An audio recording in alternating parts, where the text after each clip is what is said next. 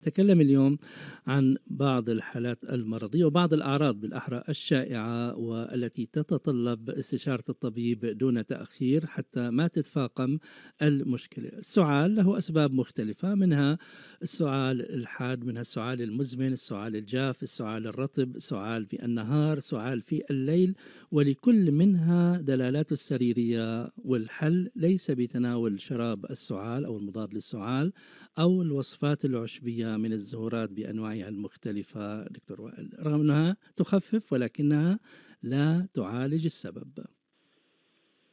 صحيح. السعال هو عرض، خلينا نقول، شائع جدا، وما في حدا بيمر بحياته without، يعني بدون ما يكون صار معه سعال عدة مرات. وأكيد مثل ما تفضل حضرتك، أنواعه متعددة كثير وأسبابه كمان متعددة كثير.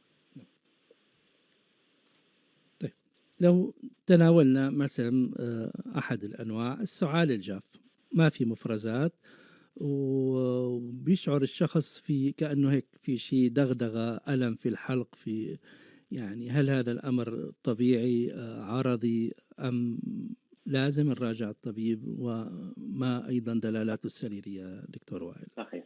هلا السعال بيتصنف على انه جاف او غير جاف او رطب، خلينا نقول. وكمان بيتصنف السعال على مدته الزمنيه، او نقول السعال الحاد هو اللي بيكون استمر اقل من اسبوعين. السعال المزمن بيضل اكثر من شهرين او 8 اسابيع. والسعال ما بين اثنين بسموه تحت الحاد او السب اكيوت، هو بين الاسبوعين والثمان اسابيع. هلا اذا كان السؤال عرضي ولا شغله يوم يومين او عده ايام ووقف لحاله، بتخيل هذا كلياتنا صار معنا، وما في ضروره حاجه لانه الواحد يراجع الطبيب. السؤال نحن بنحكي عنه عاده السؤال اللي بيستمر اكثر من هيك، اكثر من اسبوعين.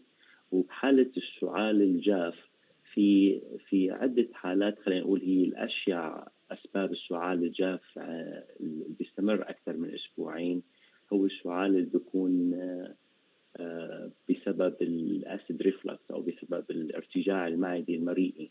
نعم. هذا السعال او هذا المرض بسبب سعال جاف قد يستمر لاسابيع واشهر، ويكون سببه ما بالرئه. نحن دائما بنفكر انه السعال بسببه بالرئه او بالعوم، بس مو بالضروره.